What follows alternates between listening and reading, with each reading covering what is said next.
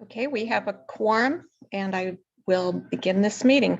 I'd like to call to order this meeting of the Urbana City Council for Monday, February 22nd, 2021. Will the clerk please call the roll?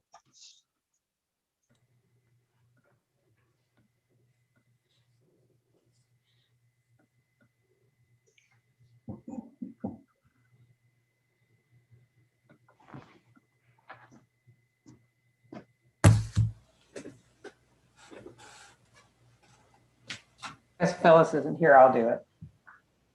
Council members Brown. Here. Holbrook. Here. Percy. Miller. Here. Roberts. Here. Sachs. Here. Wu. Here. And Mayor Marlin is here. Next up is approval of minutes of the proceedings of regular and special meetings. This would be the meeting for February 8th, 2021. Could we have a motion? I'll motion to approve those minutes. Moved by Jared, I'll second it. seconded by Bill Colbrook. Any corrections? Okay, will the clerk please call the roll? Council members Brown. Yes. Holbrook. Yes. Percy. Miller. Yes. Roberts. Yes. Sachs. Yes. Wu. Yes. That motion passes. Next item on the agenda is public input and presentations. We have a presentation by Bill Brown as Chair of the Bicycle and Pedestrian Advisory Commission. A report out from the BPAC. Okay, I didn't see it on the agenda. I didn't know if we'd have to add it, but I can go ahead and do it. I'll need to share my screen. Find the right one.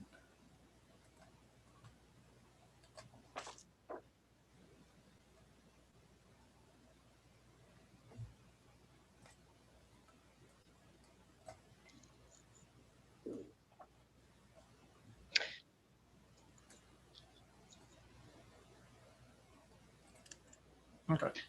Actually, to make this official, let's go ahead and add that to the agenda. If I could get a motion from a council member to go to item E, which is additions to the agenda, and add presentation and then a proclamation to this evening's agenda.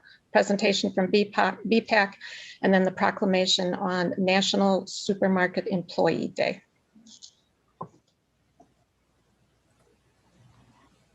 I'll go ahead and make that motion that we add the presentation from BPAC and the proclamation under item E. Is that what you said? Yes, please. Is there a second? Yeah, I'll do it. Okay. Will the clerk please call the roll?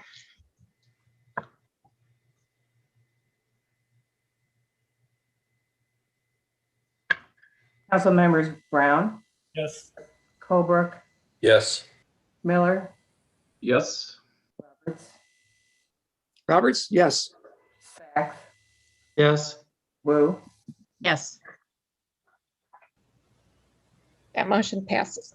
Okay, go ahead, Bill. Okay.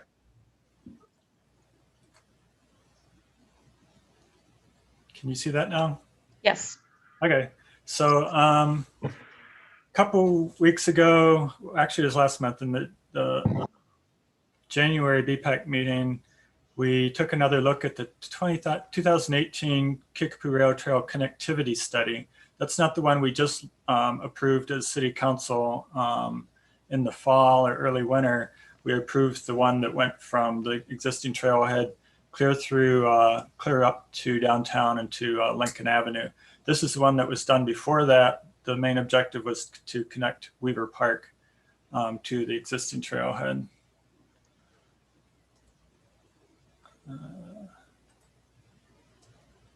Okay, so the study area was just from the trailhead. This is kind of a stylized drawing where it goes over to Walmart there, or that's Walmart, but the existing trailhead ends at where Main Street comes out to 150 there. So the study area is pretty much this part here, the grayed in or the beige color. And this was in conjunction with the Park District and the Forest Preserve District, because Forest Preserve owns some of this property, and the Park District was the main focus. Wanting to use Weaver Park as a trailhead was one of their main goals. So the three goals of the study were to connect KRT to the Weaver Park, develop a primary trailhead at Weaver Park, because the Park District has quite a few plans for expanding Weaver Park and putting in restrooms and everything there, and that's going to make a nice trailhead and improve East Urbana access. As part of their study, the study that ended up was about 125 pages, so I won't go through all that, but it was a pretty detailed process where I had a couple of public meetings, and this was public workshop number 1, where people indicated their desired connections. They also went through the existing conditions and the speed limits, crash rates, and all that sort of thing to come up with various alternatives. And then in the second public meeting, they presented those alternatives for people to vote on. This is just another example of one of the analysis they did of the pedestrian crashes that had been in that 5-year period between 2011 and 2015. At the time, there hadn't really been anything serious on Main Street. This was a non-injury crash here with pedestrian. There were a couple of injury crashes, but they were both either, there was one on Washington and one on Pfeffer during that 5-year period. And then one of the main thing that brought this up at BPAC was the recent crash at Dewey and Main Street. There was a pedestrian fatality there. So these were the 9 alternatives that RPC developed from the public input. And then from each of these alternatives, they list them there. They went through and did constraints and opportunities for each one. The one that we focused on after looking at the constraints and opportunities that were done, there were a couple, I don't have a slide for this, but there are bus stops all along Main Street here, mostly because these streets that connect to Main Street are the heavy bus route users, and there's no sidewalk on Main Street there. So if the bus wants to drop somebody off, they really have to drop them off at the end of the street so they can walk down. Otherwise, they're going to be walking along Main Street with no sidewalk. So there's about 4 bus stops in that short quarter-mile area there, which is pretty unusual for any street really in Urbana to have four designated stops that close together still. You remember a few years ago they went from as needed stops to designated stops. So all of these are designated stops through there.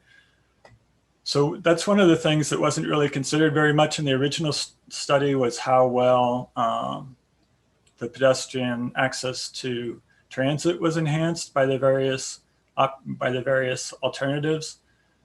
So even though this one that we recommend now is alternative 2, the one that connects to Weaver Park here and would be a side path all along Main Street on the south side up to the existing trailhead. That one always ranked in the top 3 or 4, and they didn't rank we didn't recommend a single option. We recommended, we listed the options, we ranked them, and the way we left it basically was any of the top 3 or 4 that would work, and we'd kind of go by how much funding we can get and what funding opportunities we have. So the change that BPAC's recommending is to make option 2, alternative 2, the most desired option, and really go for funding for that. This is a conceptual drawing of alternative 2, looking west there, and this is looking east. the existing, there's existing ditch here. There's right-of-way already purchased, but not enough. You'd have to buy a little bit of right-of-way. There's multiple ownership. There's county ownership or township ownership, I guess.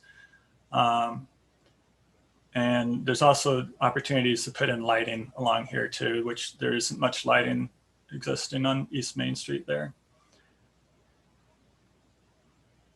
So this is just tables of the way they were ranked at the end. So the opportunity two, whoops, I messed it up.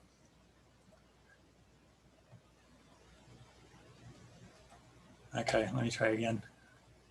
Actually, that might have been the last slide. Yeah, that was the last slide. There's basically it just ranked. They ranked the alternatives by the goals, the 3 original goals of the study, and only those top, well, 4 out of the top 5 ranked yes in each of the goals, because the side path is much better for pedestrians than bike lanes would be along there. And then the constraints and opportunities, it basically just added up the number of constraints and opportunities, and the Main Street side path ranked in the top 4 with that too. Now this wouldn't preclude what we've already done with Baker's Lane. We haven't actually done anything, but we did apply for a grant. You might remember in December, I think, we applied for an ITEP grant that would construct the multi-use path from Washington Street up to Main Street along Baker's Lane. That's the east side of Weaver Park there. We still want that to go in because between that and also the side path along Main Street would serve that whole Scottswood area a lot better. And that's an equity issue that's a little bit lower income area and definitely more African-American. And even though a lot of it is outside the city limits, some of it is in city limits and potentially could be eventually. But equity was one of our goals in our in all of our plans, really. So that's another reason we recommended that. So where we are with it is we wanted to make this recommendation to City Council. If you'd like, we could bring a resolution that you could vote on to make it official. If we do that, we should also run it by the Forest Preserve District and the Park District, because they help pay for this plan and they should have input on that too. So are there any questions about any of that? Alice? So you had mentioned there's different not organizations, different groups that own those different pieces. Do you have any estimate in terms of the proportion ownership for the different entities? I remember kind of looking at that. No, we didn't break it down by percentages or anything. A lot more of it was in Urbana than I thought originally. The crash actually was in Urbana. That Urbana owns a portion of the right of way there along Main Street for quite a ways, even though there's if you just go, step off the right of way, you're not in Urbana anymore. So I would hazard, I don't know, I'd hazard a guess maybe 2/3. The total is a half-mile segment from Weaver Park to the trailhead. We probably already own about 2/3 of the road, so we'd have to work out a little bit of agreement for the rest of it, and definitely would need a little bit more right-of-way to the south side. There's not quite enough. Probably the main cost there is probably going to be the drainage issues, putting in a tile and putting the side path on top of that. But because it is right next to a road, it's considered more transportation than recreation, and that can open up additional funding opportunities through the state. The ITEP grants usually require 20% match. And then how long does it usually take for ITEP grants to be awarded? This year we applied in December, and they're talking about, I think, April announcements, March or April. And I think it got, I may be wrong, but I think it got messed up a little bit from the pandemic. Usually it's every year, and it seemed like we might have had to skip a year or something because I don't know. It seemed like they got a little bit off schedule, but there's also more funding available now. More went into that portion. There was a state law that passed that added additional funding to that. So there's going to be more available over the next year or two. So if we were awarded grant funds, what do you think is how long, and maybe this is a question for city staff, how long does it take to actually get built? Are we talking 2 years? Are we talking 1 year? Are we talking 5 years? I'm just looking for rough numbers. Yeah, just from experience, I wouldn't count on it any time real soon. It just kind of depends on the priority city council wants to make it, I guess. But if we're going to wait for ITEP grants, it's an annual opportunity, and in the last 4 or 5 years, I think we've gotten about half the ones we applied for. Okay, all right, thank you. Carol? I was just going to weigh in a little bit on timing. It hasn't been our practice to condemn property. It's if we can negotiate or opportunistically buy property. So I think it would be the land acquisition that would really take the longest. Sharice? I just wanted to know, because Bill was talking about some of the property was in Urbana and some of it is not. Does that mean that that's county property? And since it's unincorporated Urbana basically. So would the county therefore be able to also chip in and give funds to extend it out into that area? I think those are township roads. So the county does own like highways that are outside of Urbana. But I think those would be township roads, but I'm not sure exactly what the arrangement is as far as, since I think the township does pick up ownership of part of Main Street, but there may be some cooperative agreement where Urbana plows it and takes care of it. And so I'm not sure how that would impact it. So yeah, I think that's more of a question for staff, but yeah, we could ask.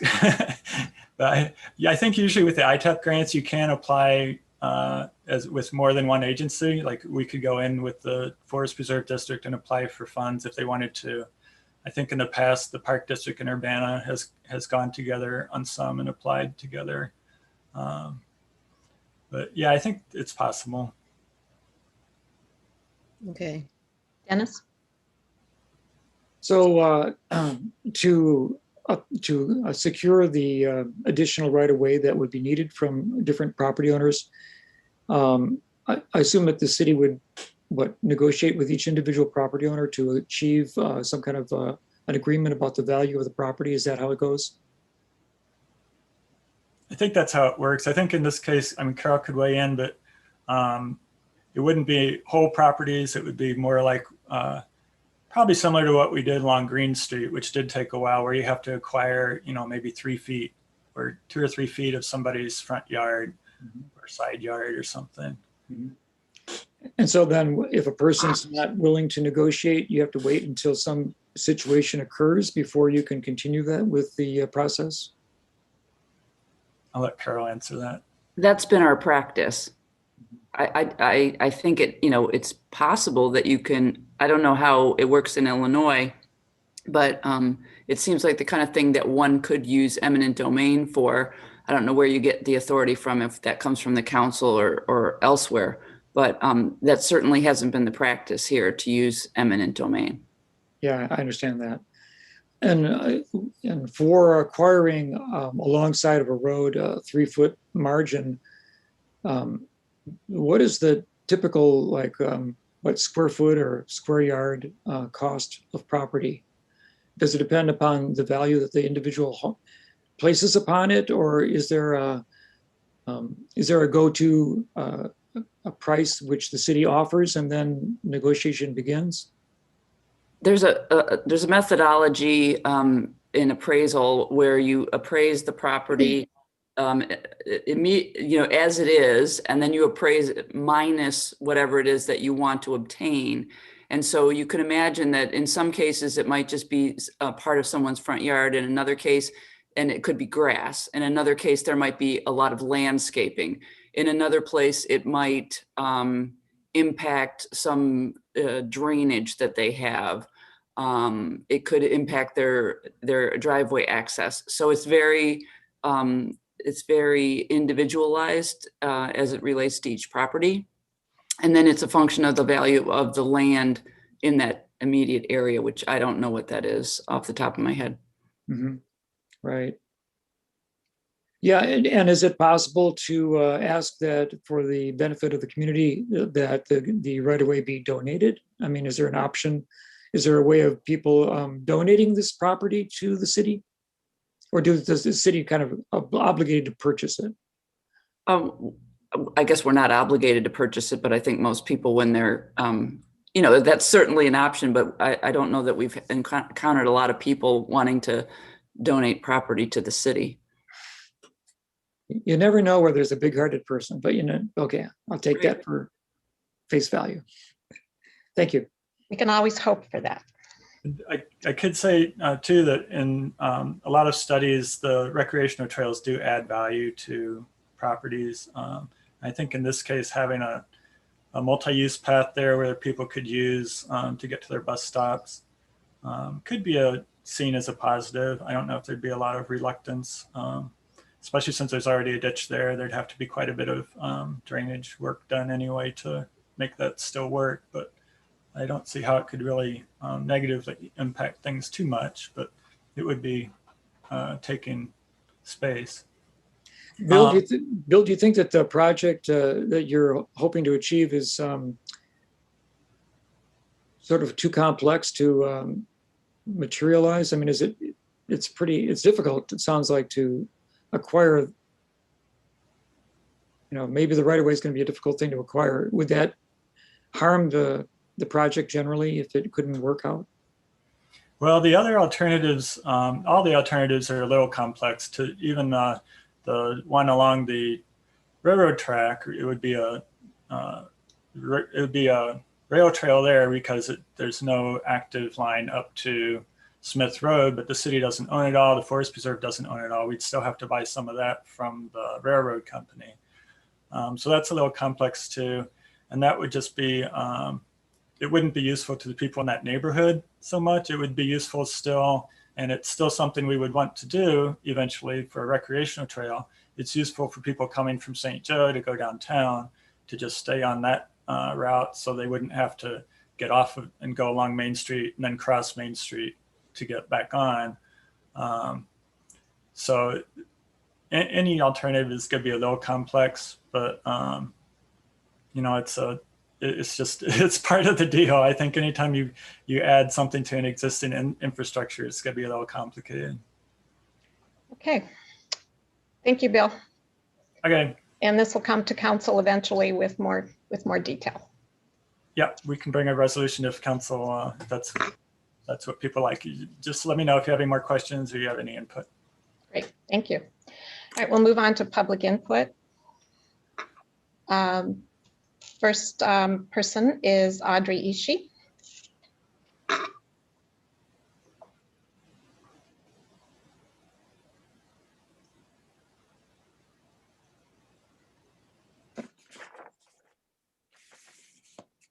Can you hear me?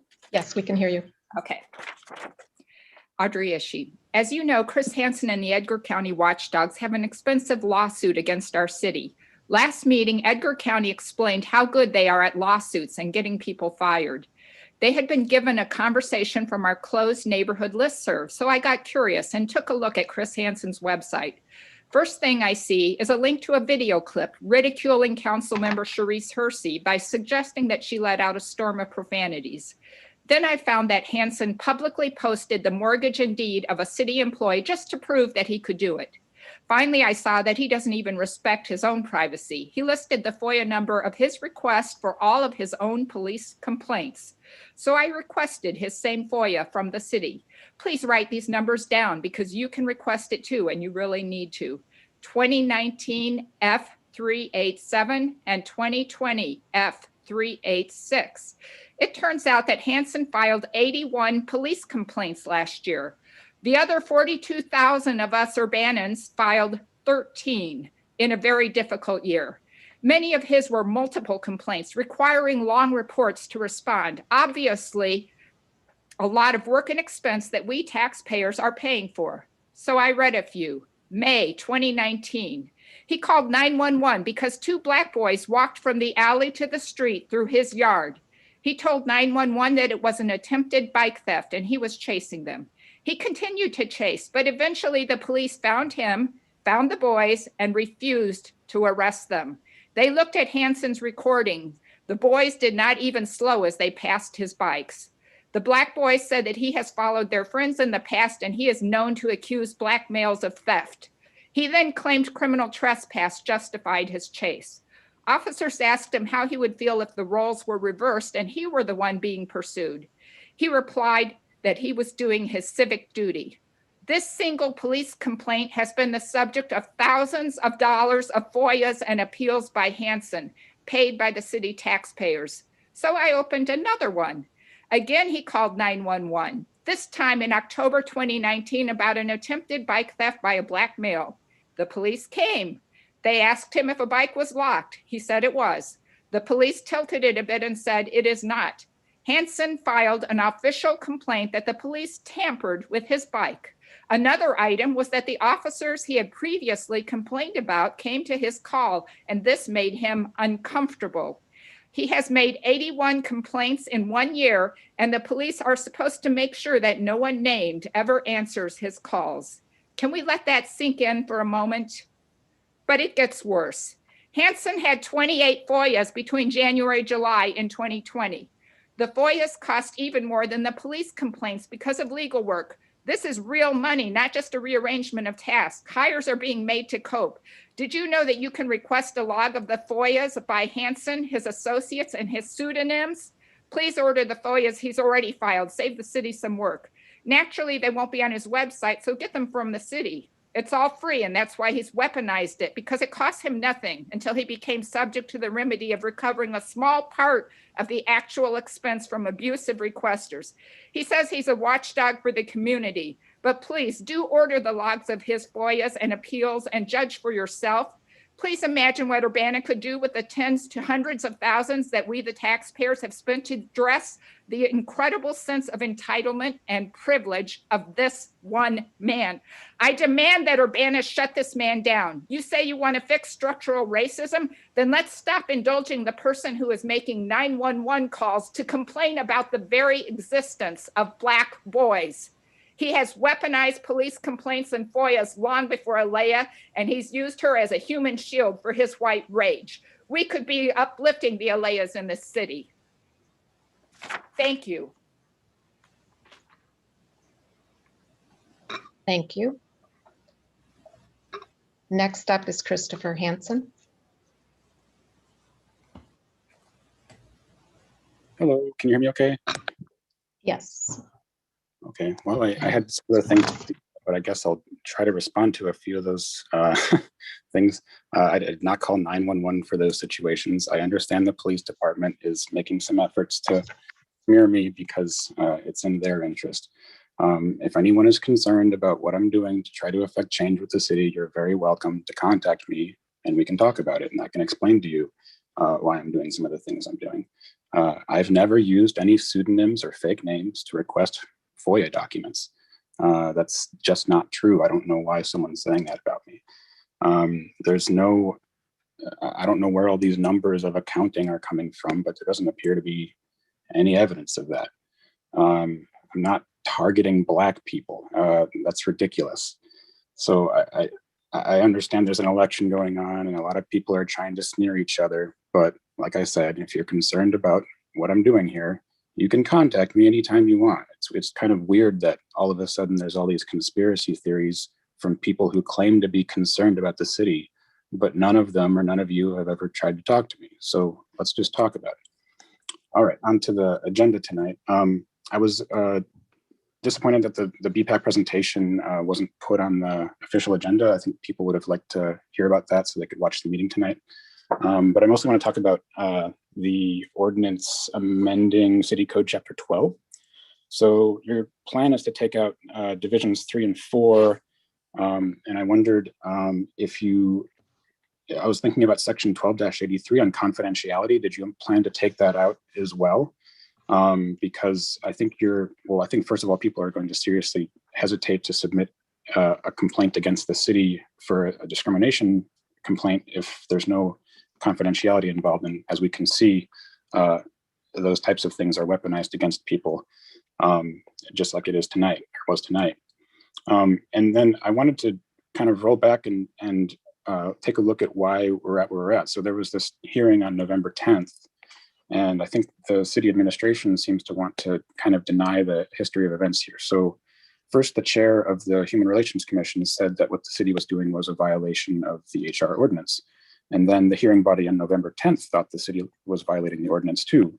And then the city administrator, Carol Mitten, sent a letter to the HRC telling them that the city didn't have to follow the ordinance and that the city was going to keep discriminating despite the ordinance. And then last week, the co-chair of the HRC, Pete Resnick, also said that what the city has been doing was a violation of the ordinance. And then what we got was just the mayor saying very loudly that the city has been following the ordinance. And I think this has been, last week's meeting was a good litmus test for exactly how things are going to work when you take out the accountability portion of the ordinance. It's going to go through the city administration, and they're just going to always deny that there was ever a problem. And then what was interesting is at last week's discussion is Sharice Hersey and Bill Colebrook seemed to want to start to dismantle the ordinance, at least the criminal background check portion of it. So I don't really get it. I mean, if you guys are okay with people discriminating based on criminal background checks, then you should change that part of the ordinance. I don't think we should do that. I think it's wrong for an arm of the state to extend the punishment of the judiciary. And that's what you do when you discriminate against someone for their criminal history. So I think you're taking out the accountability part of the ordinance. And I think it's pretty clear that this is going to basically mean that the human rights ordinance, the city just won't follow it. They won't have to because there's no accountability end to it.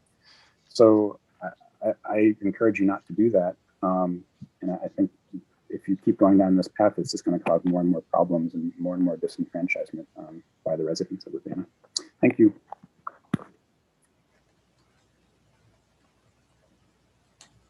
Next up is Pete Resnick.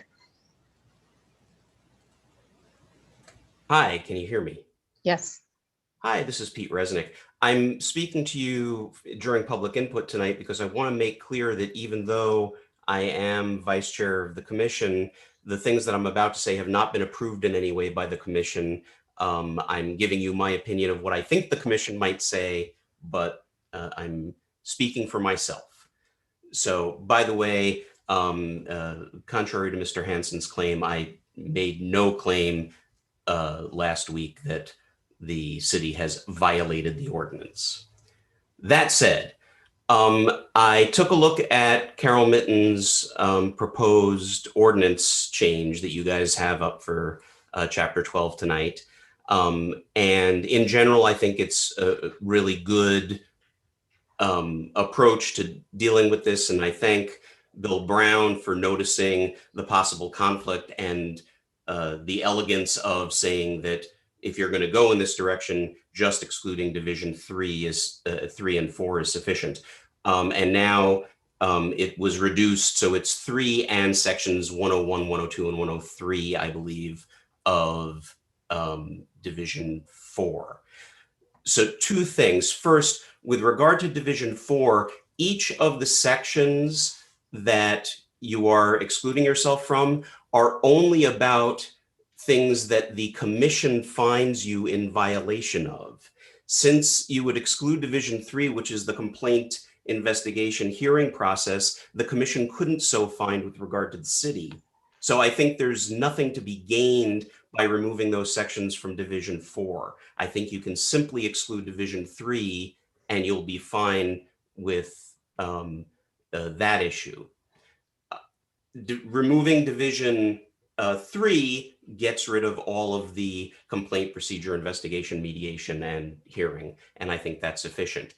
If you're going to do that, however, I would suggest that instead of the simple change that has been proposed in the definition of person up in section 12-39, you add to that definition the government of the city of Urbana, because all of the other sections that are going to still be in play for the city of Urbana should probably mean that you are an employer according to the rest of the ordinance. Since you won't be subject to the hearing, it won't be a problem for you to be subject to the rest of the ordinance, which would be, I think, what I heard last week, the sense of the council was tilting toward. I also think that you should explicitly take the language that was proposed by the commission for the change to the definition of public accommodation, both in 1239 and in 12-64. I'm sorry, 12-65. No, I missed it. 12-63. I think you should take those definitions so that clearly the city is also a public accommodation that provides government services. And again, you'll be subject to all of the other provisions of the ordinance, but won't be subject to the enforcement action. I think this has the additional, so it makes everything consistent, and introducing new inconsistencies wouldn't be a great idea. The other thing that this does, as was indicated last week, if you do eventually decide that you would prefer the city to be subject to some enforcement procedure, you won't have to go back and change these definitions again, because the city will already be in the definition. So that's all I had, and I will try and stick around for the next section just in case there are other questions. I was just going to ask you to stick around if you could. Thank you. Next up is Alan Max Axelrod.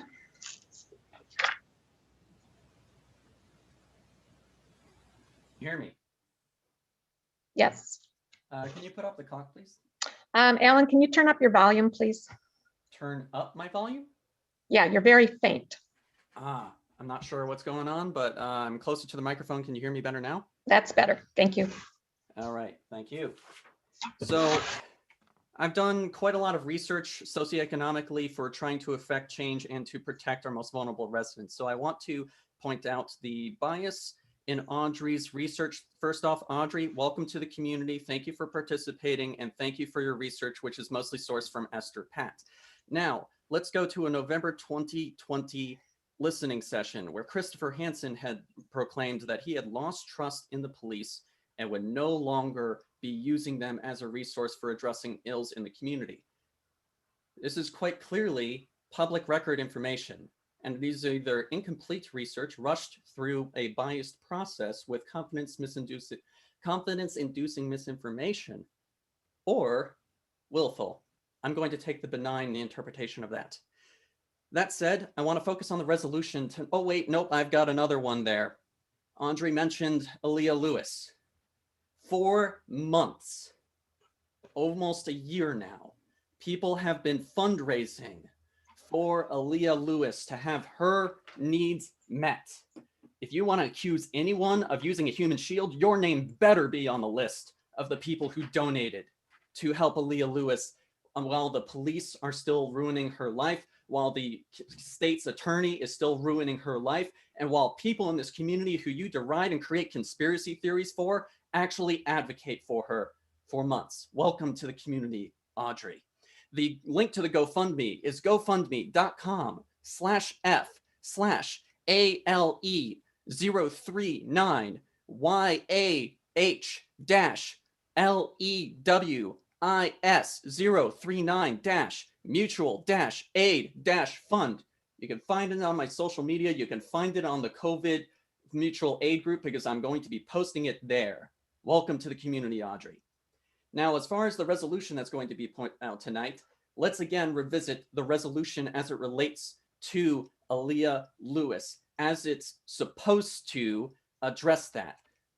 The resolution right now does not explicitly say that when a gun is present, that de-escalation shall be attempted. Let's remember that the police chief, Seraphin, specifically said that because a gun was present, he did not believe that de-escalation was necessary.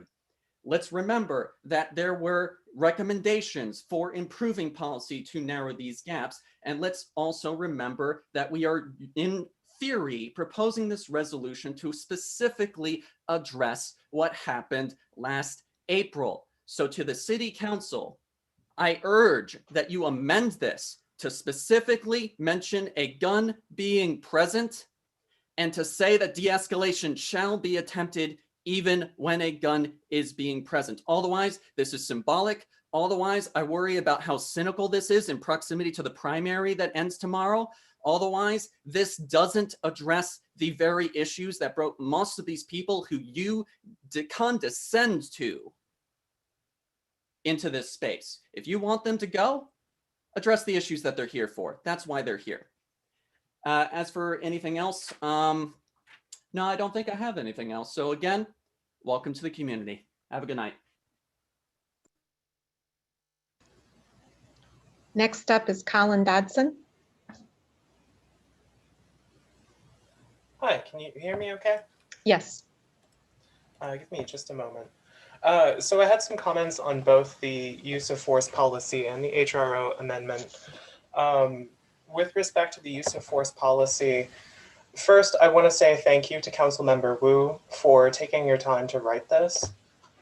I do think that in the future, authorization for use of force should be more explicitly defined based on a whitelist basis rather than a blacklist, which is to say that conditions under which escalation is warranted should be explicitly defined, such as an immediate threat to any individual or community's health and safety. Under Section 2, describing the review board, I really do think that more than one civilian should be present on the force review board, and ideally closer to half of the board would be more appropriate. And also with regard to the board, it really is imperative that those with criminal records should be explicitly authorized to serve on the board. Otherwise, the police have an incentive ultimately to put people through the legal system and essentially to cover themselves. And under Section 3, there's a line here that the police department shall submit an annual report to the city council. That's great, but auditing mechanisms need to be in place that don't rely on self-generated reports. The idea being that, this whole document emphasizes the importance of building trust, as with the shared 10 points, the 10 points shared agreement. But it's necessary to verify in order to have trust. As well, data needs to be available more frequently than once a year. It doesn't have to be as rigorous as the annual reports, but victims of police brutality should have the right to speedy redress of their grievances, and the city and community members should be part of that process. Again, Councilmember Wu, thank you very much for drafting this resolution. It's a fantastic start, and it can be a solid scaffold for future accountability policies. With respect to the Human Rights Ordinance Amendment, I get the impression over the last few meetings of this council that this ordinance is not really getting the consideration it deserves. If memory serves correctly, it was approximately 3 weeks ago when this issue was formally raised before the council. Given in the mayor's words that this is an issue that has existed since the Human Rights Ordinance has existed, I don't think that an adequate solution to such a long-lasting problem is something that we're going to come to in the span of 3 weeks. And in my view, it's clear that the city administration has had an interest from the beginning in one specific outcome of the process. And ultimately, ordinances should be driven by our elected leaders, not unelected city staff. And if I'm not mistaken, administration claimed over the last few weeks that the goal isn't to exempt the city from the HRO, but this ordinance clearly states, whereas the city council desires to clarify that the city, its employees, its agents are not subject to the Human Rights Ordinance. This is clearly contradictory. Additionally, statements of intention like the city shall conform to the requirements, etc. are great, But without robust accountability and some mechanism for enforcement, these statements in practice do nothing. Admittedly, the changes to Section 2 do attempt to address some of this issue, but not in an enforceable way. The Commission shall work with the mayor, city council, etc. in order to correct any discrimination. If there is no binding power relationship, there's nothing to stop city staff and the mayor from just brushing off allegations. This ordinance needs more work and attention, and it's my opinion it should not be passed tonight. At the very least, the city should revise council. Mr. Dodson, your time is up. Thank you. Next up is Evelyn B Underwood.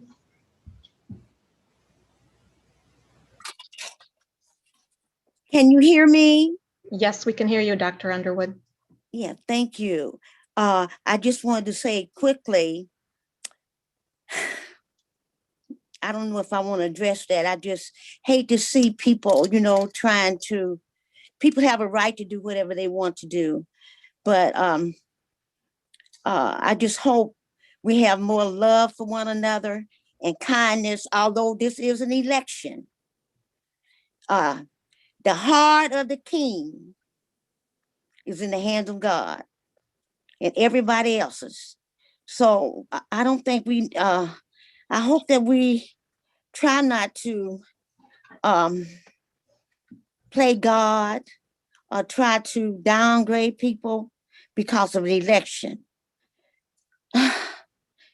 Anyway, that's not why I'm just so disappointed. However, as I say, this is America and we have a right to say whatever we please as long as we're not, there are some restrictions to freedom of speech. But I hope we can, just let me say about the use of force. Let me get to that. I really appreciate the work that has been done by the NAACP, the ACLU, and the Ministerial Alliance. And I just hope we consider, not we, you, the city council and the mayor, consider the material that has been researched and brought forth. Thank you very much. Thank you.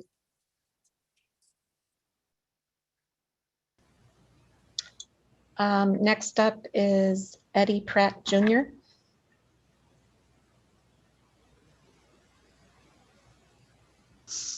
Good evening. Can you hear me okay? Yes.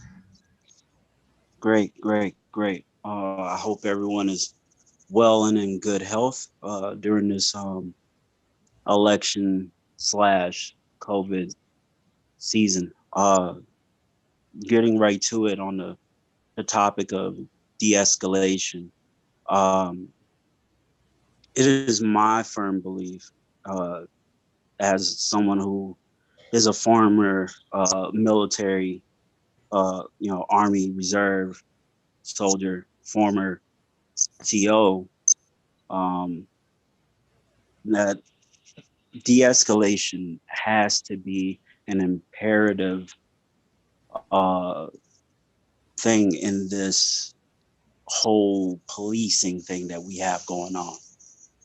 And it's not something that's really up to debate at this point now. We have a popular reference, a big reference. And if we want to see if de-escalation actually matters in the community, we need not look any further than Newark, New Jersey, which after its round of reform and de-escalation training, did not fire a single shot, did not have a single fatality for 365 days, which makes a huge difference. That could have been anybody. I mean, that could have been a George Floyd, that could have been a Trayvon Martin, that could have been a lot of different people. And so I implore the police and those who are here in this council to take a good look at what it is that you claim to want for the community. If it's equity and justice, then de-escalation is the only route to go as far as police tactics are concerned, at least as a start. You know what I mean? You still have to tackle, implicit bias and everything like that. The other part of it would be accountability, as other people have already alluded to. The language within the use of force policy before its revised version, and even still now, includes a lot of language that is not, it holds no accountability to the officer at all. And as a matter of fact, it gives almost complete autonomy to the officer to take whatever action that they feel like taking, and thus, because they took it, it be justified. Even though in recent memory, we've seen this play out, and we've seen the loss and the devastation and the injustice and all of the other things that it spurred on. So I would hope that we have learned from that history and we can move forward. Tonight, you have an opportunity to do that, to provide Urbana as a flagship, per se, for other cities in the state and in the region, to show them how to do this the right way. So I hope that everyone is committed to exactly that purpose. Otherwise, real quickly, seeing that I only have a few seconds left, there was one thing that I wanted to say really quickly, and that is that I really love the SWIFT program and what it stands for. And I believe that if these governments say that they really view equality, they'll put their money where their mouth is and match that $1 million. We got $1 billion in weed revenue. We can split that up and make it happen. Much love. Thank you. Thank you. Next up is Aaron Abbott.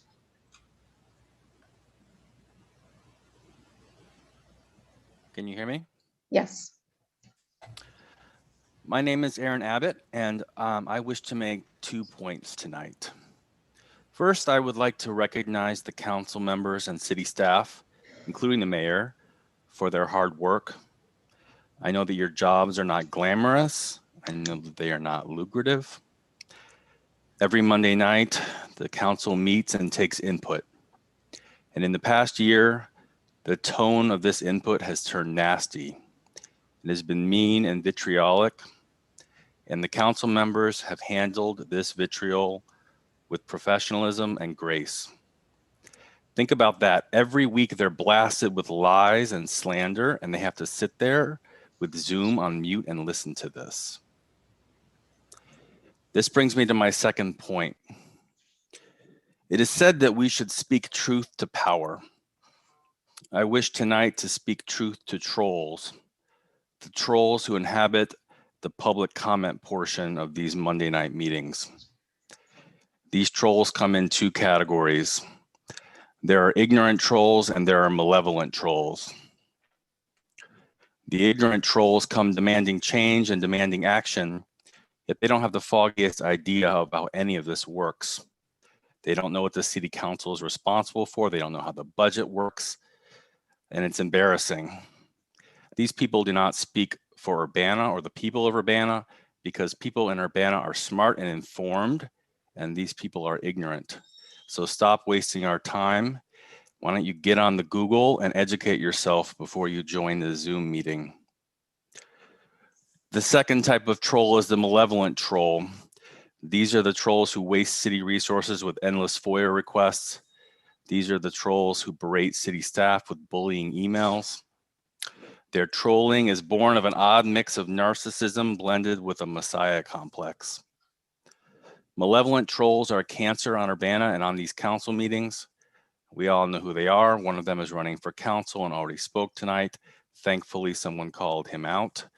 They operate by fear and intimidation. My message tonight is speak truth to trolls. Call them out like the first commenter of tonight did. Do not let them control the public discourse. Do not let them bully you on Facebook. Do not let them win with a barrage of bloviating websites. And for the love of God, do not vote for them. Call them out, confront them, expose their lies and their hypocrisy, and they will back down because in truth, they are cowards.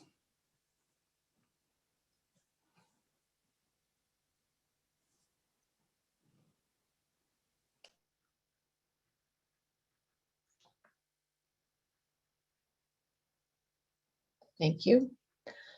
Next up is Ben. Hello, can you hear me? Yes. Hi. I am not just would like to let you all know that I am not using my last name because I do not wish to be harassed or defamed by certain individuals that have been spoken of and that have already spoken at today's meeting. The first thing I would like to mention is that I am quite disgusted with some of the ways that, well, some of the comments that certain individuals have been making for months and months and months. It is very dangerous because it is very untrue. Most of what is being said is a waste of the city's time, is a waste of the city council meeting time. There's actual business to be done in the city and it needs to get done. Also, I would note that by allowing these individuals who repeatedly come to the meeting, spread misinformation, lies, conspiracy theories, it makes it intimidating for others who have different ideas to come because they could be harassed, defamed by these individuals. It is really a shame that this is going on. It needs to stop. And I do believe that if any of these individuals get anywhere near to the council, it will cause so many problems. I cannot imagine any type of business owner, any sort of new developer, anyone like that wanting to come here if they have to deal with those people on the council harassing, bullying, intimidating them. I would suggest that this council takes action to change the rules of the meeting to prevent these people from coming every single meeting and speaking, because it's a waste of time and it's just damaging to the whole city to the city as a whole. And already on this evening, we heard from two, and the first commenter has a different view than some of these people and went on to be harassed by two additional. That's not acceptable. It needs to stop. And I'm afraid that if the council doesn't take the action now to stop it, it is just going to get worse, and it really must change. Thank you.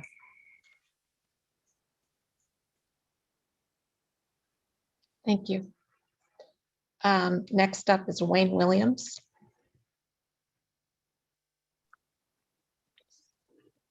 Hi, everybody. I am here to talk about Ordinance 2021-2-4.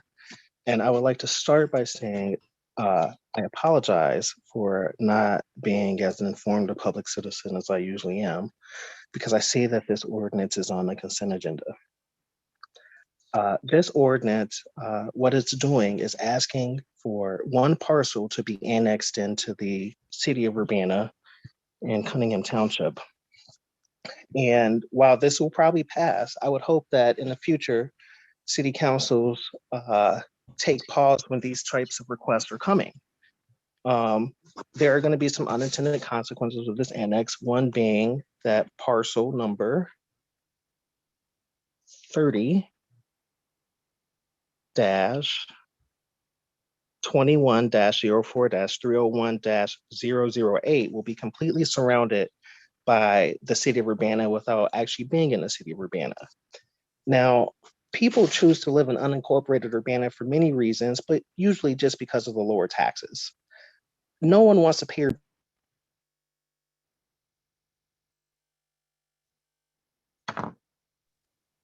Can you hear me?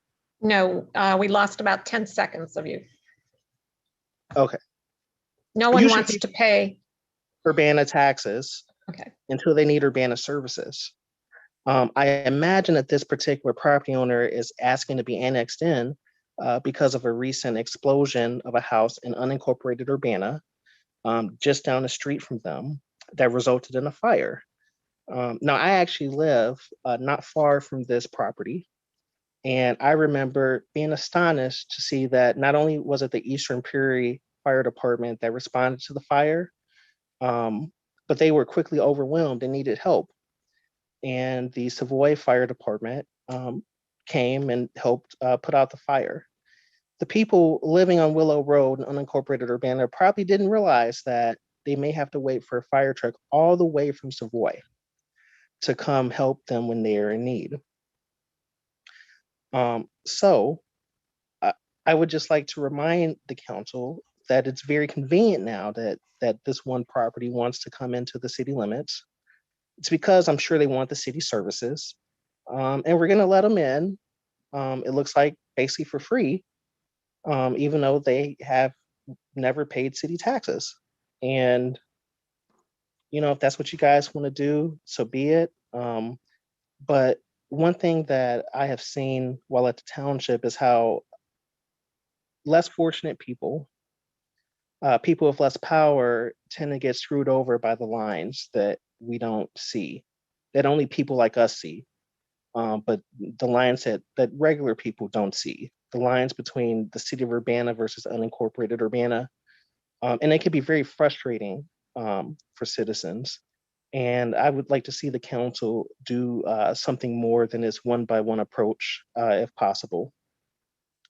Lastly, I would like to say I really appreciated Aaron's words at the council, and I'm going to do what he says and call out one of the trolls. Hello, troll and homeboy.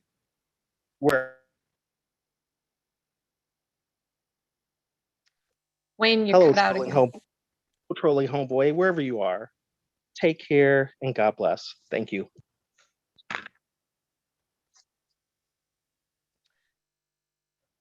Okay, next up is Tracy Chong. Hi, can you hear me? Yes. Okay, hi, I'm Tracy Chong from Urbana. First, I have a question. Why can't we see council members when we are giving public input? Can someone explain why you guys decided to do this change? It's a bit weird that we can't look at you while we speak. Secondly, since the de-escalation resolution is on the agenda tonight, I'm going to bring up the Taser incident from 2019, where an unarmed Black man was tased without warning, as required by the Taser Ordinance, and in which the footage that showed the complete incident was suppressed by Urbana Police Department. Maybe you guys think that this is a petty issue and that I'm just nitpicking to make the police look bad. But actually, it is more than that.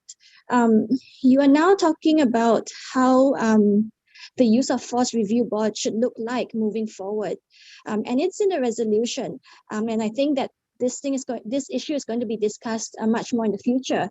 And the Taser incident that I've brought up many times is just one example where a use of force board, even if it's comprised of all civilians, will be useless if the information provided by the police for these civilians to review is not complete.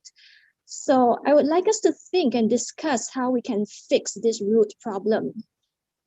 The third thing is that finally, after 10 months since Aaliyah Lewis was attacked by the Urbana police officers, I was quite surprised to hear that Mayor Marlin publicly state that the incident was shocking to see and she wished that it didn't happen. I don't know, I guess I'm just wondering if this is a recent revelation or if it was how you felt all along, but just kept quiet and not acknowledge it all these months, because it is damaging that in silence you're basically giving your approval to the misconduct of Urbana police officers. So lastly, I'm glad that the election is tomorrow and we can finally go back to focusing on the issues. All of us who have been speaking week after week, trying to work on these issues, trying to improve the city, and advocating for months without just people randomly popping out who have their own political agenda, trying to work up the public by suggesting conspiracy theories, spreading lies, and using smear tactics. I just want us to go back to focusing on the real issues. Thank you.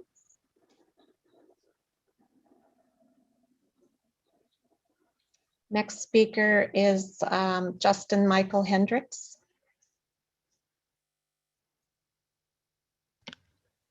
Can you hear me? Yes. Hello, everyone. My name is Justin Michael Hendricks. I am the creator of Hitting Homeboy, CU Residents, Parkland College student. And make sure you all donate to the food pantries across Champaign and Urbana from Hitting Homeboy and the community closets as well. As we don't troll, we do the work and we turn up. So make sure you turn up with us, as we don't have time to troll when we're doing the work in the streets. Make sure you also tune in this week, Tuesday, as we have the final series of My Black Mental Health Matters, as tomorrow we discuss mental health for adults over 40 and Black women. And then we have a special segment on Thursday with sisterhood, family, and more. So make sure you tune in and turn up with us on Hitting Homeboy on Facebook. That's HITN HOMEBOY. With that being said, I am Justin Michael Hendricks. You know where to find me. You know what to do. Education, advocacy, hip hop culture. I am Hitting Homeboy. Make sure you use that phone number and hit me up. Have a good day.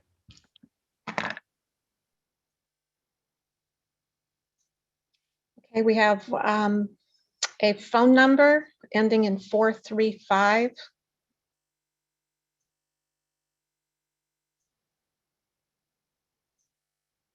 Did you wish to speak? And on the phone, they'll need to press *6 to unmute. Looks like they just did. Okay, go ahead.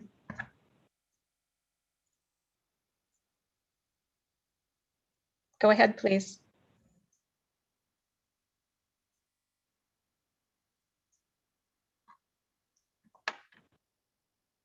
Can anyone hear us? Okay, we'll come back to 435. Can you hear me? Yes. Can you hear me? Yes, we can hear you. Can you hear me? Oh, I'm sorry. It's Elders Melinda Carr here. Good evening, Mayor Marlin and Council. I submitted a document earlier today, and part of the document was for use of force updates, and then I sent it some recommendations for the resolution that's going to be presented tonight, the resolution 2021-02-007R, the resolution prioritizing tactical de-escalation and the use of force policy and police transparency in Urbana. First of all, I sent it on behalf of the Ministerial Alliance of Champaign-Urbana vicinity, and we support strongly the proposed changes that were submitted by the NAACP and the ACLU. I won't have time to read through this whole letter, but so the resolution and section 2, these things were already stated before by another speaker, but the board, it says the board is use of force review board is to increase transparency and impartiality. We suggest that you use at least two or more people to serve on that board, because the current board is composed of internal affairs departmental leadership, and those people who are selected should be community advocates. And I have some prior experience in serving in Champaign on the SRO advisory committee at the time, and I was president, and there were people who were on the board from the community who were fearful. And I'm saying that because one person, if they're not courageous and being in the presence of law enforcement leadership, because at the time they had, they wore their guns, and being honest, I was intimidated a little bit. but we have a job to do. And one thing was, if the Reverend Dr. Martin Luther King were to come from the dead, he would be able to serve as one person on a board such as that because of his courageous character. But an average person would not be able to do that unless they had that, because it is something that we have to be honest about as a people and as a community, and the people that may have a fear. And so I wanted to explain why I said 2 or more on that board. And the section 3 was related to the reporting. I spoke about the limited oversight authority of the mayor and the city council, and because of past delays of reporting data of citizen interaction, there should be more frequent review of reports for the use of force data. And we propose changing to quarterly or at least biannually. And I understand that the state, the governor has signed the law today, so it'll be even more frequently. So I know there'll be changes coming up for that, and it'll be available publicly as well.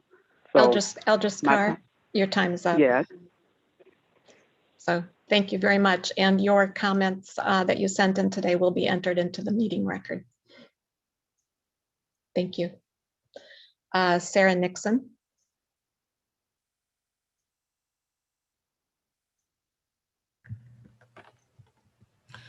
My name is Sarah Nixon, and I'm a longtime resident of Urbana-Champaign. City Council, concerning tonight's agenda item relating to the ordinance amending City Code Chapter 12, the exceptions to the Human Rights Ordinance, you will vote this evening on a resolution to change the ordinance so that public officials are held less accountable. The council should oppose the proposed ordinance changes. They propose to remove Section 12-83E from any complaint against the city. This is the section that provides for confidentiality for complainants.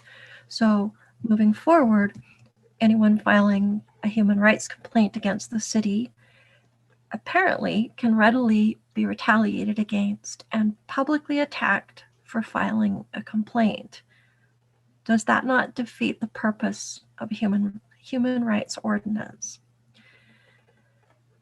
The amendment apparently provides that the city will now work through complaints investigation and hearing process with everyone but the complainant.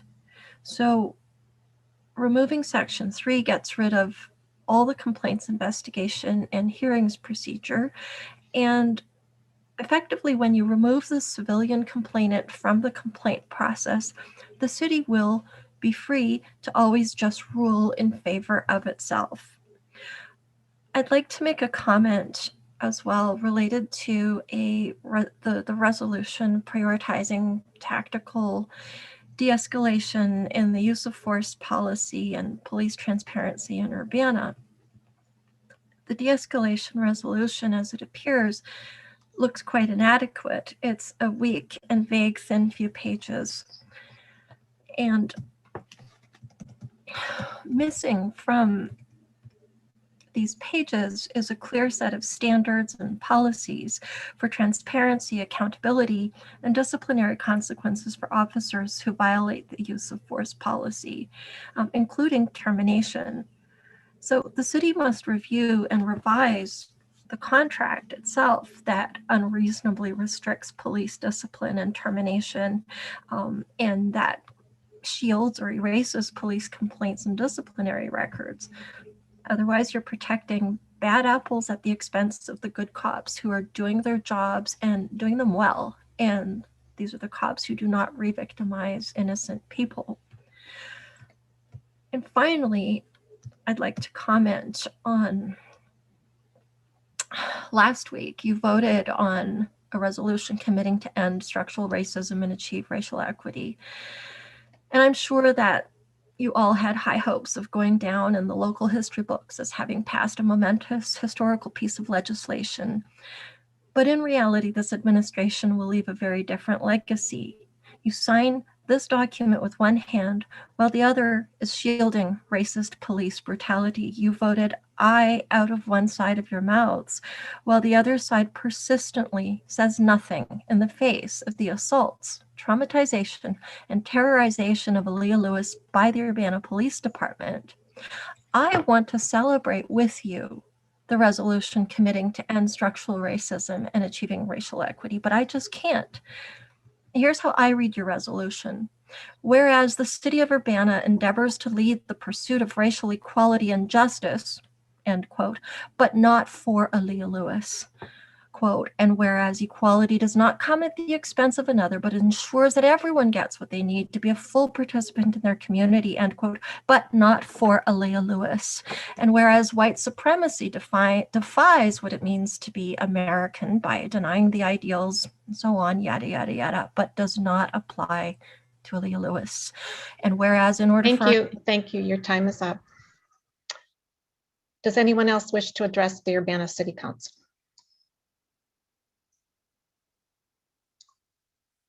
Okay. We have one last presentation, and that is a proclamation. Today is National Supermarket Employee Day.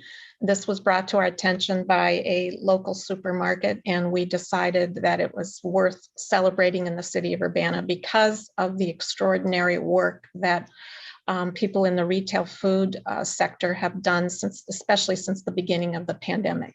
So today we visited a couple of markets, one large, one small, and we delivered copies of the proclamation declaring today Supermarket Employee Day in the city of Urbana to all food markets within the Urbana city limits. And I wanted to share a video. We also delivered these in English, French, and Spanish, depending upon which market we went to. So people could share in this as well. So we have a short video and you can see how it went today.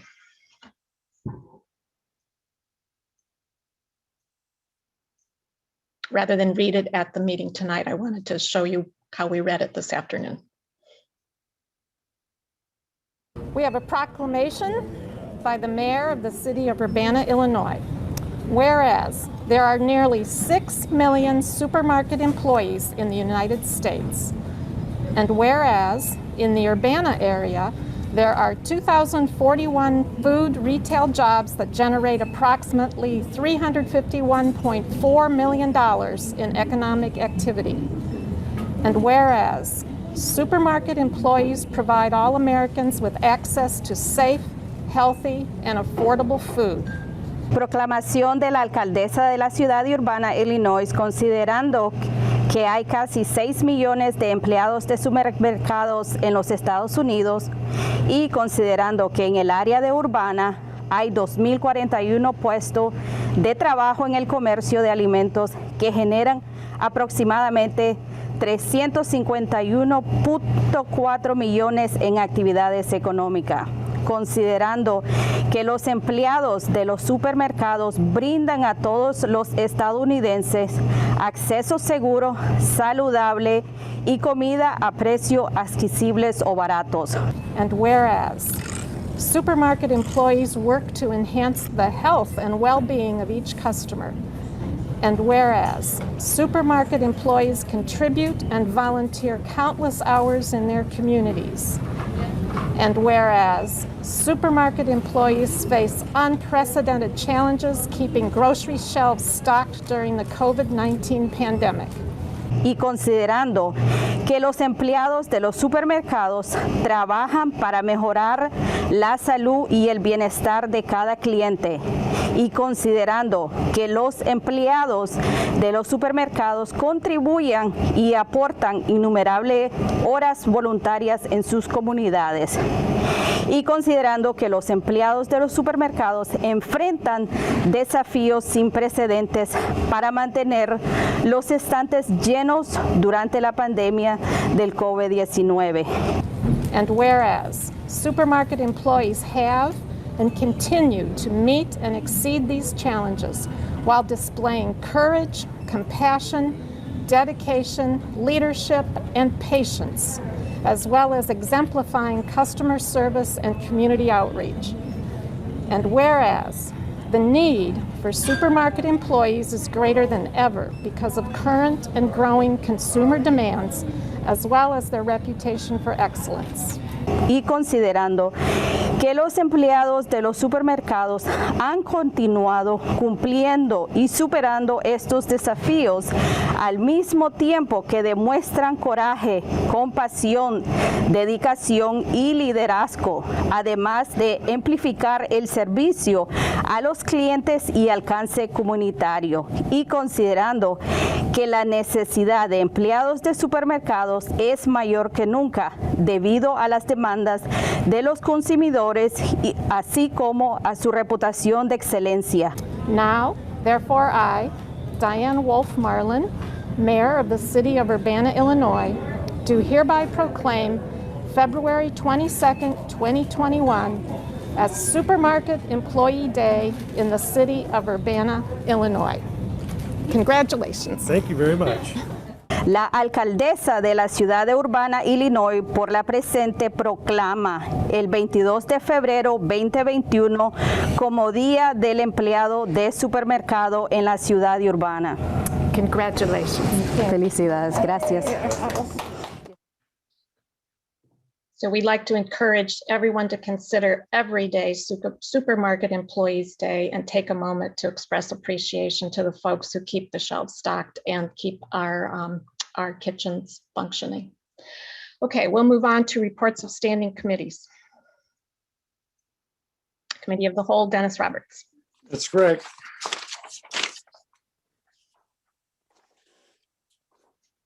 So the Committee of the Whole met on Wednesday, February 17th, which is unusual, but Excuse me, Dennis, I just realized I skipped council input and communications on our part of the agenda. I apologize. So you did. We can wait. Anyone on the council wish to make a comment? Sharice? Yes, I would like to say something. First of all, in response to Christopher Hansen saying that I thought it was a good idea to have background checks.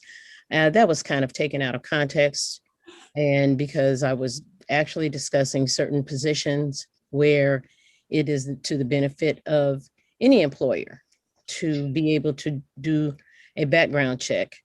Having been a teacher, I had to have not just my fingerprints done, and but they did a background check on me before I was put in the classroom. So there are certain jobs within public service, in particularly, I think that that was the context in which I was discussing that particular item. Number two, I would like to say on Saturday, here in ward adjacent in Champaign, there was a vaccination event that happened at Church of the Living God, at which time they had 150 doses approximately of vaccine for everybody. Well, not everybody, obviously, because they only had 150 doses. Anyway, on some level, this was arranged and organized, I think, with Carl. And this is not to say anything negative regarding Church of Living God. However, Carl, you got to do better. I am so disappointed in how there's been little work done and little organizing done regarding how people in my community will be vaccinated. There has been an issue regarding people who are homebound and unable to go to the hospital to get vaccinated, let alone make appointments. And after discussing this particular issue with somebody a friend of mine whose father is homebound and unable to go to the hospital or the doctor or to make an appointment to go elsewhere to be vaccinated. And she told me that the Carl said they're not going out and they're not vaccinating people. And she had already had a discussion with Julie Pride about that particular thing. And Julie Pride was under the impression that they would be. So Carl, you need to step up. OSF, you need to step up. You need to organize with Black churches in the areas. And if nothing else, to try to help them to vaccinate their congregation at the very least. That is a good starting place. Thank you, Sharice. That's what I have to say. Any other council comments?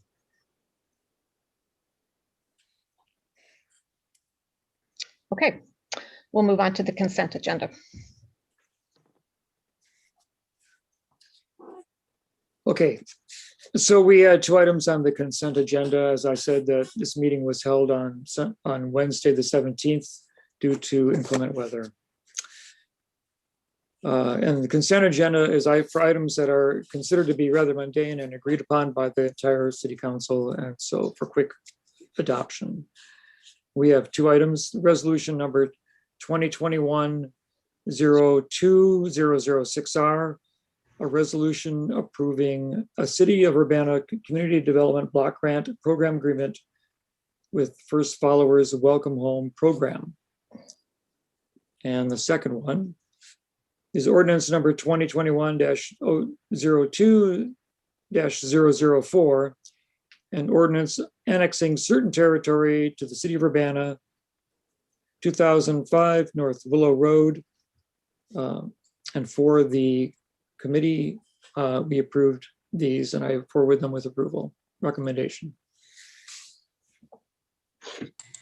You're moving? I did. Okay. I made that motion. Okay. Moved by Dennis, seconded by Mary Alice. And Mary Alice has a question. You're on mute, Mary Alice. Sorry, I had a question, if that's okay. I did want to ask a question about the annexation one. I don't know if that means that we have to move it off the consent agenda. Yes. Yeah, probably it does. Okay. Well, then I guess I would move to move the ordinance annexing certain territory to the City of Urbana off the consent agenda. I'll second that. Do we need to vote on that, Phyllis, or can we just move it off? No, you need to take a vote on that. Okay. Well, clerk, please call the roll. Ms. Wu, Yes. Mr. Sachs, Yes. Ms. Hersey, Yes. Mr. Brown, Yes. Mr. Roberts, Yes. Mr. Colebrook, Yes. Mr. Miller. Yes. That motion passes. So item B will be moved off the consent agenda. That leaves item A to be voted on. Will the clerk please call the roll? Ms. Wu, Yes. Mr. Sachs, Yes. Ms. Hersey, Yes. Mr. Brown, Yes. Mr. Roberts, Yes. Mr. Colebrook, Yes. Mr. Miller. Yes. That motion passes. Okay, this then takes us to the regular agenda. And I guess we might as well begin with the resolution that was moved to this platform. Ordinance, it's a resolution number, let's see, where are we? It's an ordinance number 2021-02-004, an ordinance annexing certain territory to the City of Urbana, 2005 North Willow Road. And for the committee of the whole, I had moved approval. I'll second that. Moved by Dennis, seconded by Mary Alice. Mary Alice.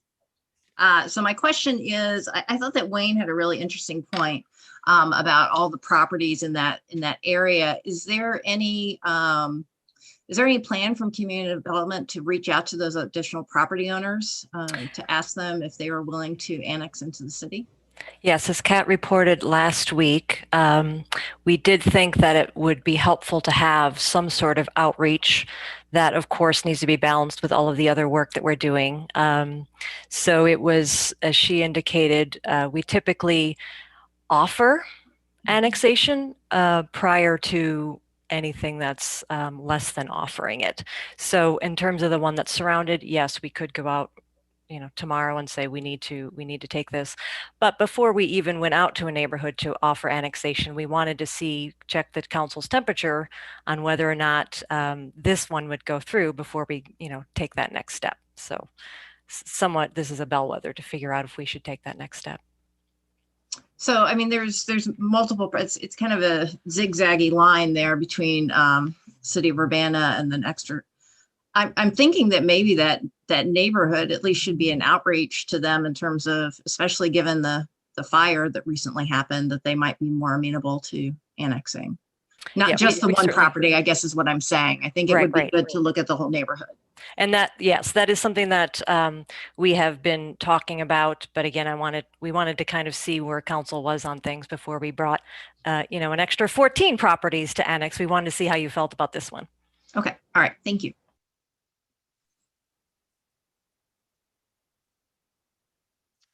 Sharice? Yeah, to kind of piggyback on Mary Alice, right now, Lori, there is, if I can remember correctly with that map, the property that is asking for annexation into Urbana is already next door to kind of like a boundary line property that is already in Urbana, correct? That's correct. And that is the only way one can annex is if you are contiguous to the boundary. Otherwise, we would need to enter into an agreement, and in the future, you might be able to annex. But yeah, you need that continuity or to be surrounded in order to annex.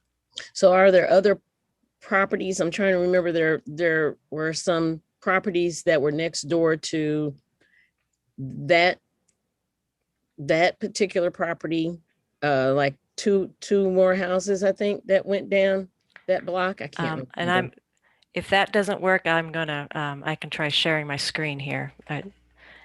Is Dennis's low tech way okay for you all? No. Okay. Thank you. I appreciate it though. Trying. All right. I'm trying to see if I can find it. This doesn't fit great on a page, but we'll do what we can. Here we go.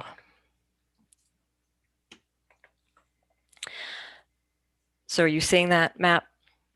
Yeah. So it's the hatched property that is for your consideration this evening. And so it's kind of in the donut. So the properties that are on the outside are in the city, and then this is sort of in the donut that's not in the city. So you look at things, if you're looking at the line that's on the south, then the properties that are immediately north of that would be contiguous and therefore eligible for immediate annexation. So if we approach other people about the about annexing as well, is it possible for us to okay, now let's see, I've just found my little piece of paper here.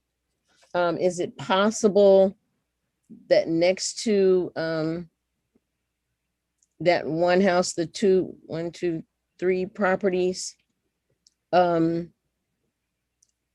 can be annexed? Or is that what Mary Alice was talking about as far as getting more than one property annexed? I mean, I don't. Well, do it all at the same time, or do we have to do them one at a time because you have to be bound, have a boundary? I see what you're asking. So if there is a group of properties and they're being processed together, they're coming to you together, then yes, we could do it one at a time. We wouldn't have to, come back to you every 2 weeks with a separate one. And another alternative is if there were some that were not contiguous, but had an interest in the future in annexing, then we could go through the process of doing an annexation agreement. That's a much more laborious process.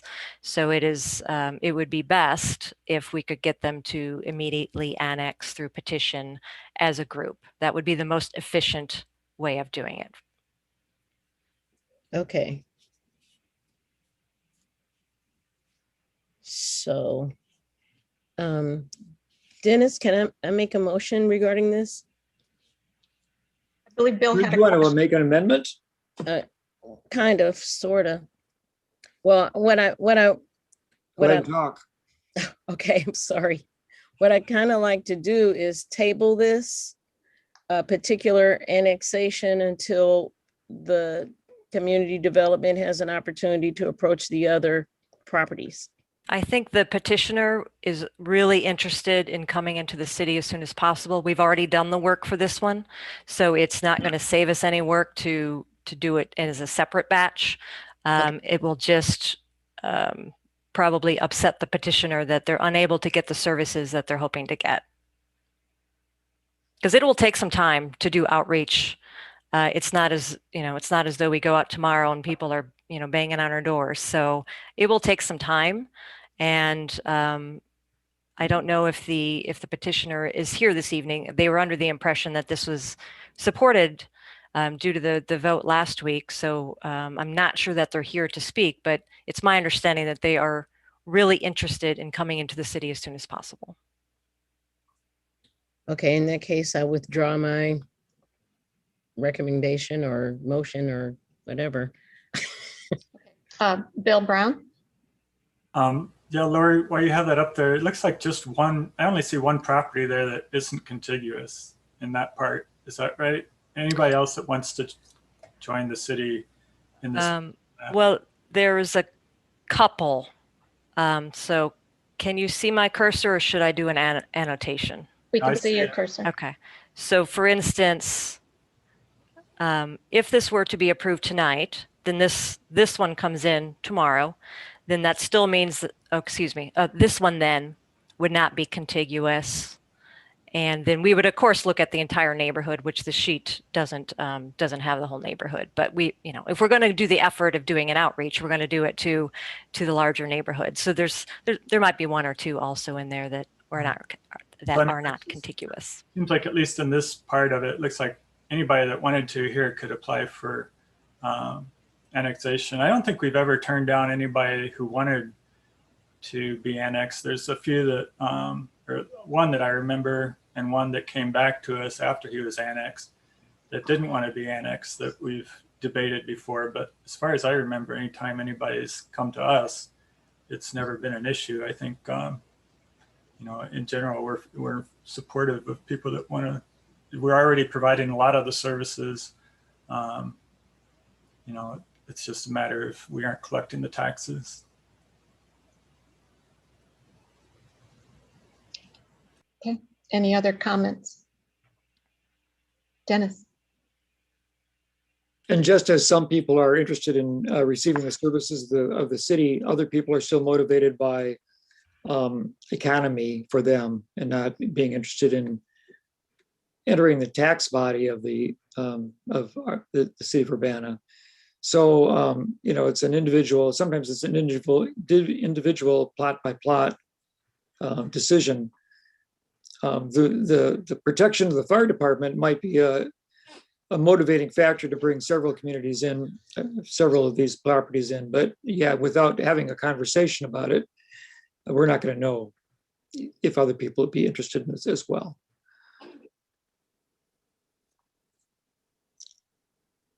And there's one property across the street that's going to be contained now completely by the city, and so that property becomes potential annexation property. But of course, we wouldn't want to do that without speaking with them and encouraging them to join us.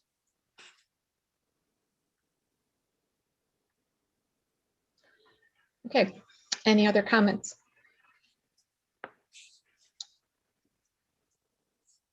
Will the clerk please call the roll? Ms. Wu, Yes. Mr. Sachs, Yes. Ms. Hersey, Yes.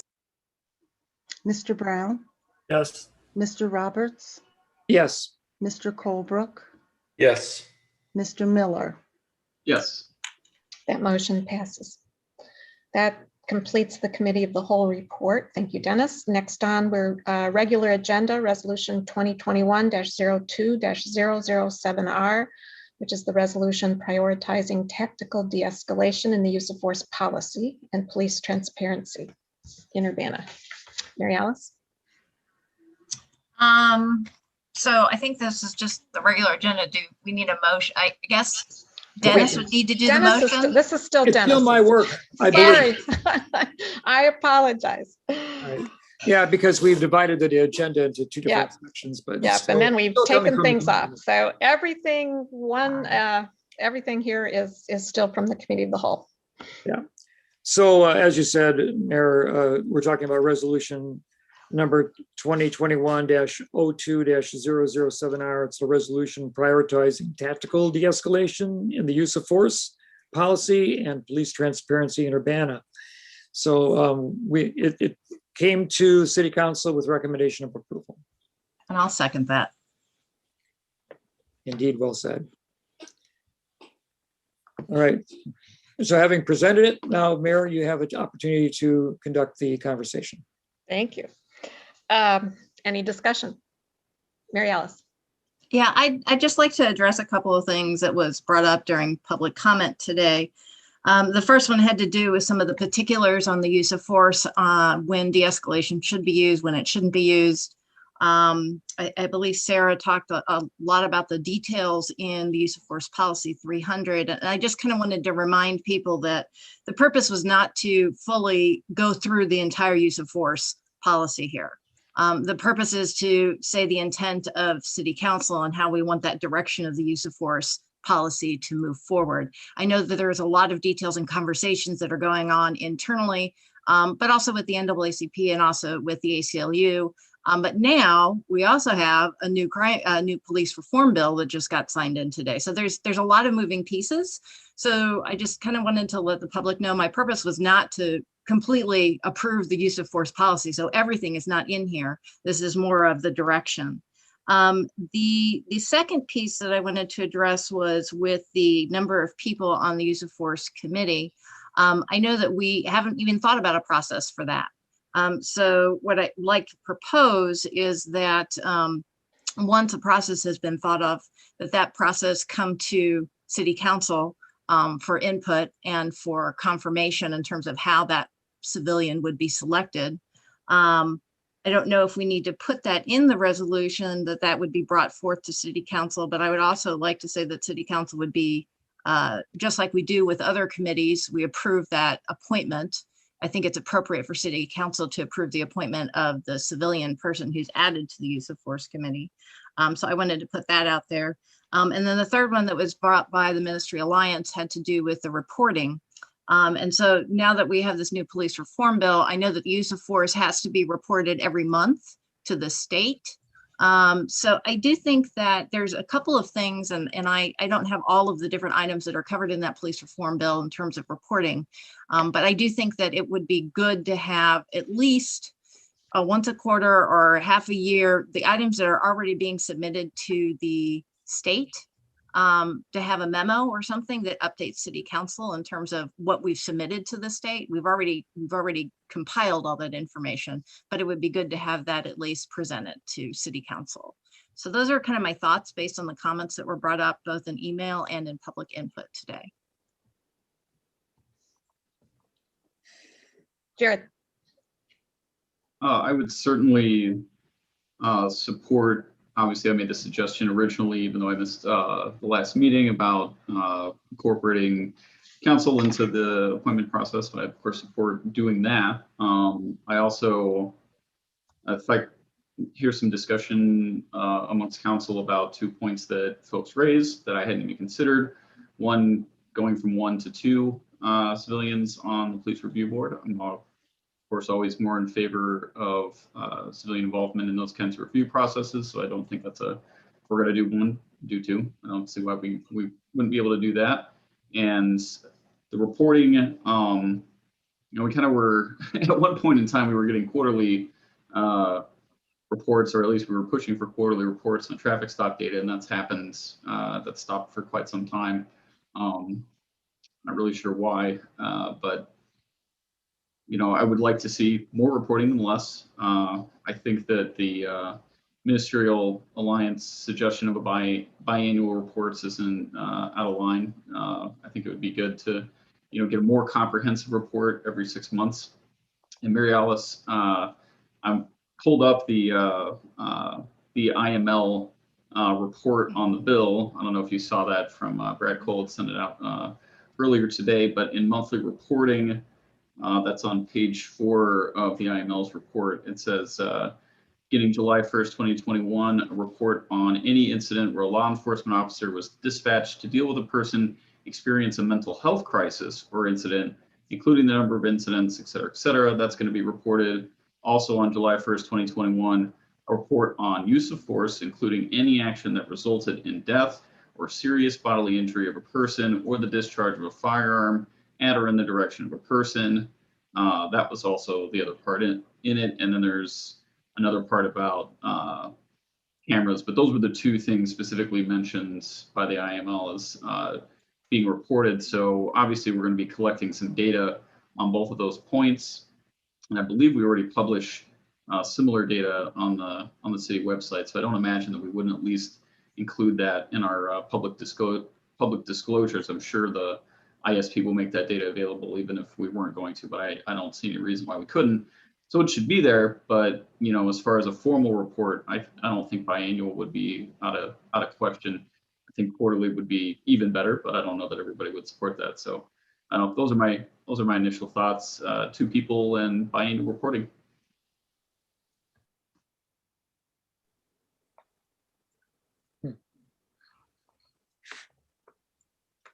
Council comments?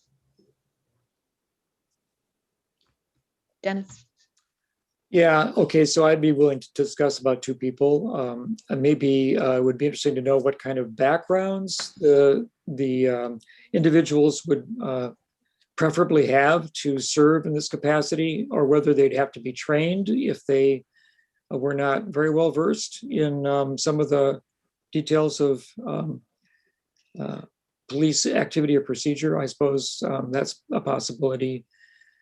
And then the reporting, yeah, I would do biannual. I think that if we're getting reports from multiple sources every 3 months, the staff's just going to be swirling with reporting, and I'm not sure that it's going to be necessarily as productive as it would be. I mean, I don't know. It sounds like it's going to be hard to keep up. I mean, considering that the Civilian Police Review Board wasn't able to pull together a report for several years, I'm just started wondering what quarterly reporting would do for everybody. So basically, I support what Jared just said. Mary Alice?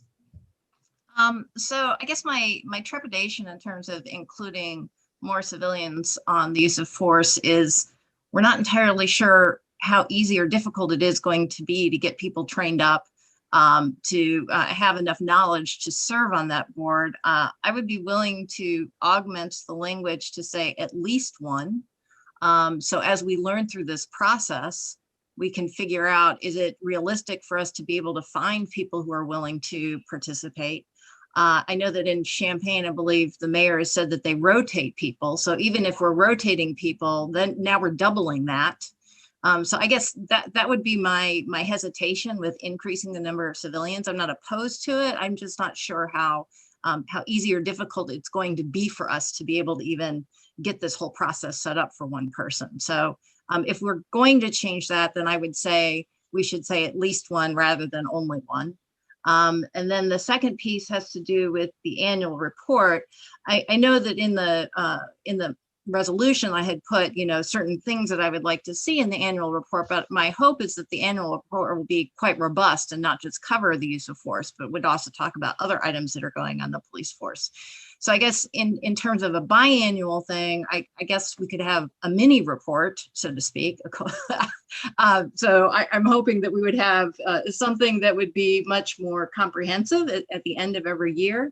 And in fact, I think we did this with the traffic reports, where we had something that looked at a whole year and went into further analysis. But the quarterly reports that we talked about was small. It wasn't a small amount of work, but they were smaller. So if the council is leaning towards the idea of having 2 reports, then I would strongly suggest that we minimize the amount of time and focus on exactly what we want to see in that kind of smaller report, or mid-year report, I guess I would call it. Bill. Yeah, I agree with Mary Alice on her comments about the number of people on the committee. I believe, putting a civilian on the committee, from the residents of Urbana, from their perspective, that's better than what is there now. It's 100% populated by people of the police department, and we as council are advocating, to have a citizen, on the committee. I think it's important for us to walk, important for us to crawl before we walk. Let's get one person on there, and let's see what it takes to get that person trained up to a level that they can have substantive input into use of force incidents, in the city. And then if we learn that there's value, to having one, then we can revisit on an additional one down the road. I don't think that we should throw 2 in there right off the bat, because like Mary Alice said, we may find it difficult to find 2 people that are willing, able, and to get trained up to be able to give that sort of input. So I would advocate for just leaving it to 1. Jared. And I'm not opposed to keeping the language at a minimum, or as Mary Alice said, at the least 1 person, and we can go take it from there. It's totally fine with me, and I agree. I don't guess I should have made that more clear, Mary Alice. I wouldn't see the 2 reports being equal in depth and measure when I was thinking of that, but just like quarterly reporting, we get more granular perspective as we go along, and then we get a bigger picture. Just because this is such a meaningful part of the way that the police interact with the public, I felt like, if we don't hear anything about it except for 1 year, and there's not really anything going else in between those times, it's probably too long. Of course, if there was an incident, it would obviously be come to light and from the council, but at least we're being more proactive with at least 2 reports than just a single one in a year. So that was kind of my thoughts on that. Bill. Yeah, I think I agree with the at least 1, and see how 1 works out. And there's going to be a lot of training for anybody to serve on that board. I think people realize that it sounded like for a couple of the people that were in public input might have been getting the CPRB a little bit confused. With the use of force review board, we still have the CPRB that will be investigating and making rulings on complaints. But the use of force review board reviews 100 use of forces approximately per year. So it's going to be a lot of meeting. I think that would be a lot to find 2 people and get them trained and rotate people and everything. But it's potential. But I think getting 1 is our main goal right now. For the reporting, I think maybe, if we're going to be making monthly, if the police department's going to be making monthly reports to the state on several issues, including most, if not all, use of force. I don't know, it may not be exactly all of them. That wasn't clear to me, but at least a lot of the use of force will be part of that monthly reporting. Seems like maybe we could have a quarterly compilation of those monthly reports, something like that. So it wouldn't be a lot of extra work for the police department, but it would be a quarterly report. I think sometimes when we get monthly reports, like our monthly spending reports and things like that, come at various times during the week, and we may not always get to read them as much as we'd want. But I think having a quarterly report stands out a little bit more, and we might pay more attention to it. So I think if we ask that those be compiled, those monthly reports be compiled quarterly and provided to council, that might be the way to go with that. But I do think the annual report needs to be a comprehensive report looking at all aspects of the police department, training and everything, and really be a good picture of what's going on in the police department and be able to compare it year to year. Any other comments?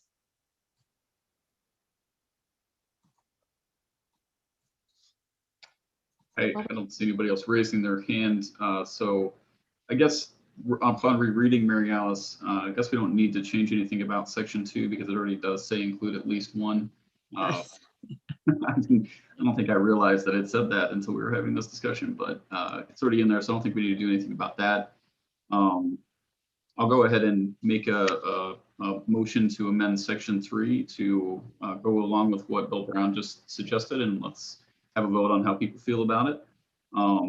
So that would be section 3 shall submit quarterly reports and an annual report. So the additions of the word after submit, quarterly reports and an annual report, which will include the use of force by its officers.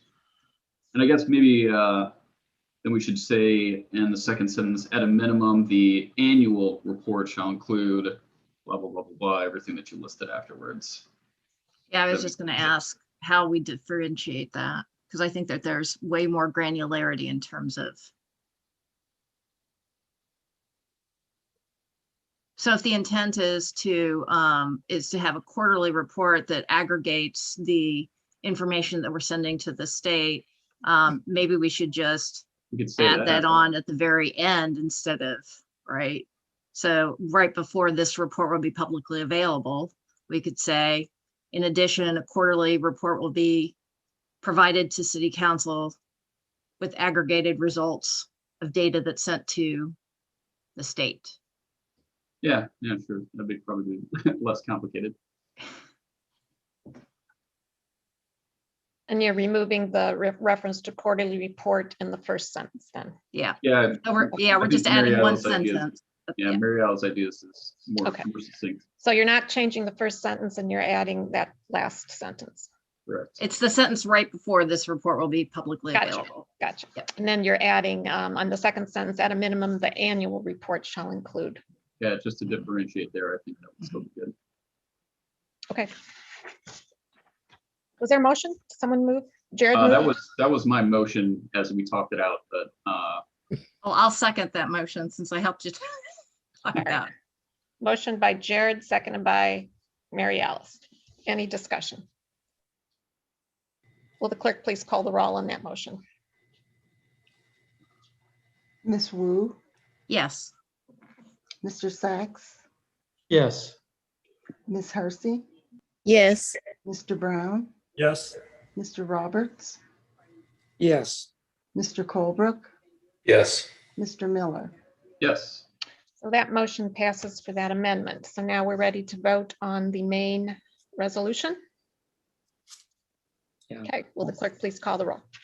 Ms. Wu, Yeah. Mr. Sachs, Yes. Ms. Hersey, Yes. Mr. Brown, Yes.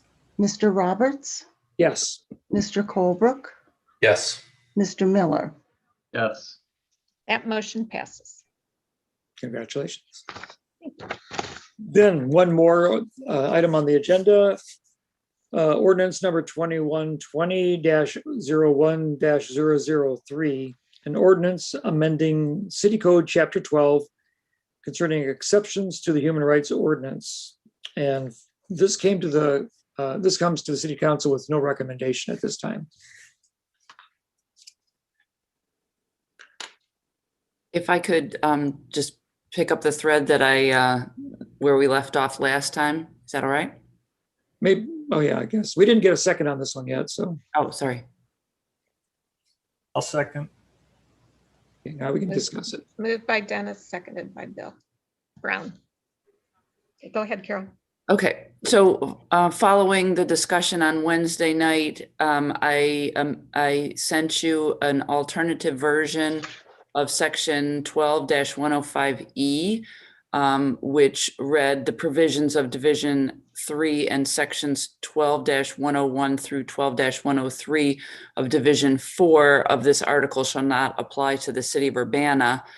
Now, tonight, Pete suggested that we probably don't even need any reference to Division 4, and I think that's probably right. So if you were so inclined, section 12-105E could just read, the provisions of Division 3 of this article shall not apply to the city of Urbana. Pete also suggested that for just to remove any lack of clarity, that the city of Urbana be added to the definition of person. And I think that would be fine also. And then after hearing some of the comments from the public about confidentiality, and it wasn't my intent that we wouldn't respect the confidentiality provisions. So what I would suggest to manage through that is in section 12-1, which is the section that expresses the city's commitment to conform to the requirements of Division 2, that a sentence could be added there that said that the city shall respect the confidentiality provisions of section 12-83E. So that it's clear that we're not trying to exempt ourselves from the confidentiality provisions. What was that number again? That was 12-83E. Discussion. Bill? Yeah, I agree with those. I would also suggest we delete the fifth whereas. Whereases don't really mean much when it comes to implementation of ordinance. But that one says, whereas the city council desires to clarify that the city, its employees and agents are not subject to human rights ordinance. I think that was left over from one of the earlier interpretations. So I'd say delete that one. And then I think, didn't Pete say something about 1263? Did you look at that? I didn't get a chance to look at that. It was He did public say something access. about that, but I didn't, I'm going to confess, I didn't understand it. That's about public accommodation. So I don't know if Pete's still here, but if you wanted to ask him a question, he could maybe explain what he would recommend there. I believe I've been promoted. So the public accommodations bit, and this is simply because it came up in an earlier appeal hearing. There was some question about whether the city's provision of any services fall under, other than employment, fall under the ordinance. So if random city employee said, I don't feel like giving you this permit because you're Black, because you're whatever, that would be discrimination, but that's not due to the city's position as an employer, that's due to the city's position as providing a service. And so clarification that public accommodations include the city would be useful. Right now, the public accommodations clause does not include the definition of person, which is where the city would be added. It says individual. And so what I was suggesting was that you change individual in the definition of public accommodation to person. And then, and you'll pardon me, I have to switch applications here for a moment so I can find it. In section 12-63, 1A, it refers to place of public accommodation. And in the commission's recommendations, we suggested removing the words place of in all three places that it appears, because it's a public accommodation that might deny you some service. It's not particularly a place. Place is one of the choices. There can be a place of public accommodation, but it could also be a business or in this case, government entity like the city of Urbana. So the suggestion was simply to remove place of 3 places in 1263 1A.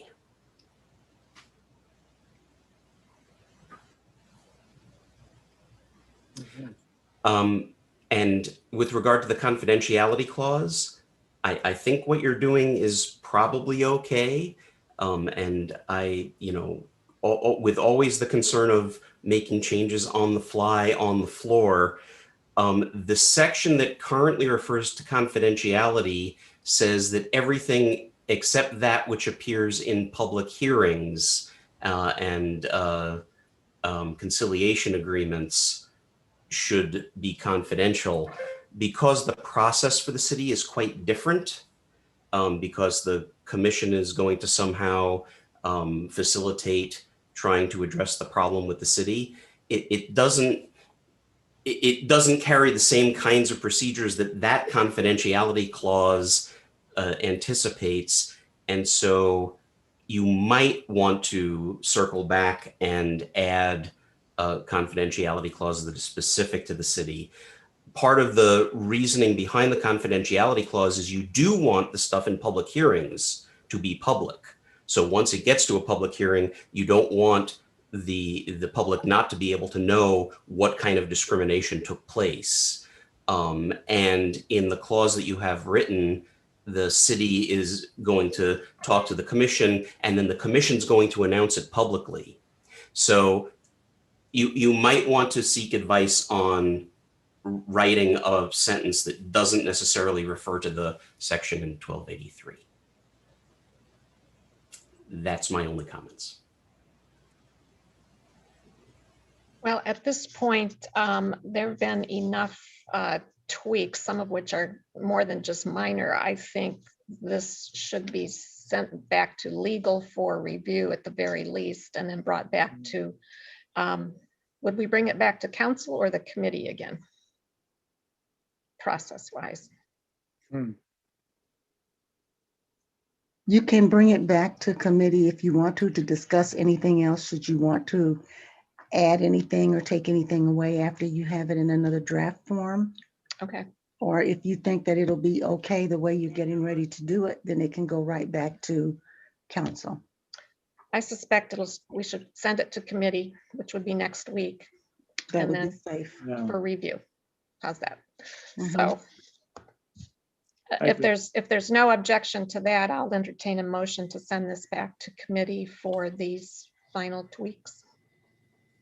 A second. Okay. Are you gonna make the motion, Charisse? I'll second it. Oh, okay. Well, I make the motion that we send the resolution or ordinance amending Urbana City Code Chapter 12 back to committee after making certain amendments through the chapter. And Mary Alice seconded. Okay. Do we need to withdraw our motion, Dennis's? Did Dennis have a motion? Yes. Well, we never voted yes on it, so it's kind of a moot point. I think it's a dead motion. I don't know if we have to withdraw it. I guess that would be a Phyllis question, perhaps. I guess I could say I withdraw it. Yeah, you can pull it. I'll pull it. I'll say I withdraw it. Okay. Withdrawn by Dennis. All right. Mayor, Yeah. Oh, Jared. can we add to our list of things that we're clarifying when this comes back about the original issue and the original complaint that started this whole ball down the mountain with the criminal background checks, and whether or not they should not be included in part of a job listing, or they should be based on what's going on with the HRO. I would really like to get clarification on that too.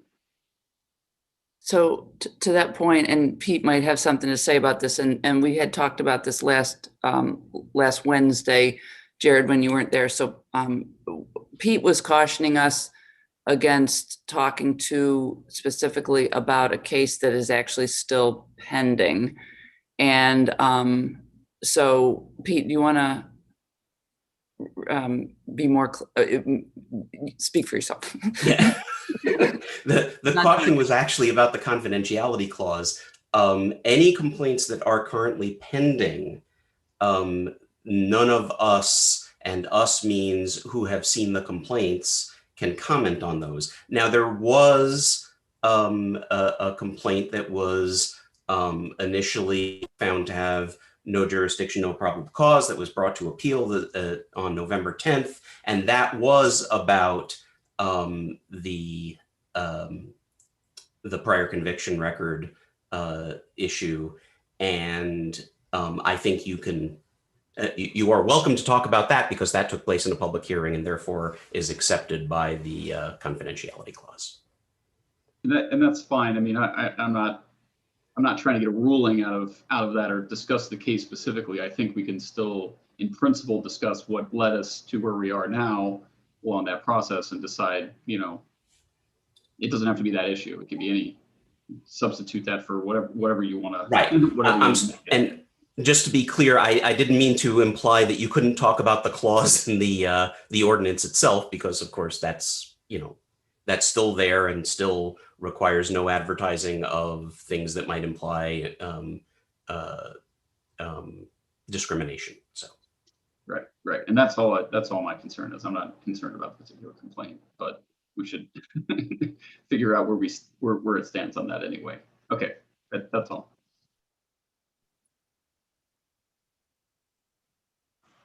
So Okay. when that gets put on the agenda, I just want to be clear, it's a distinctly different topic. So there'll be two different topics on the agenda, and I guess that'll be a discussion item. Okay. Fine by me. I mean, I think we just need to talk it through. Okay, great. Okay, we have a motion by Sharice, seconded by Mary Alice to send this back to committee. Will the clerk please call the roll? Ms. Wu, Yes. Mr. Sachs, Yes. Ms. Hersey, Yes. Mr. Brown, Yes. Mr. Roberts, Yes. Mr. Colebrook, Yes. Mr. Miller. Yes. That motion passes. Next item on the agenda are reports of special committees. Are there any reports? Okay. Reports of officers? Nothing from me. Okay. We have no new business. And that brings us to the end of our agenda. And with that, I will call this meeting adjourned. Thank you very much. Night, everybody. Good night, everybody. Bye.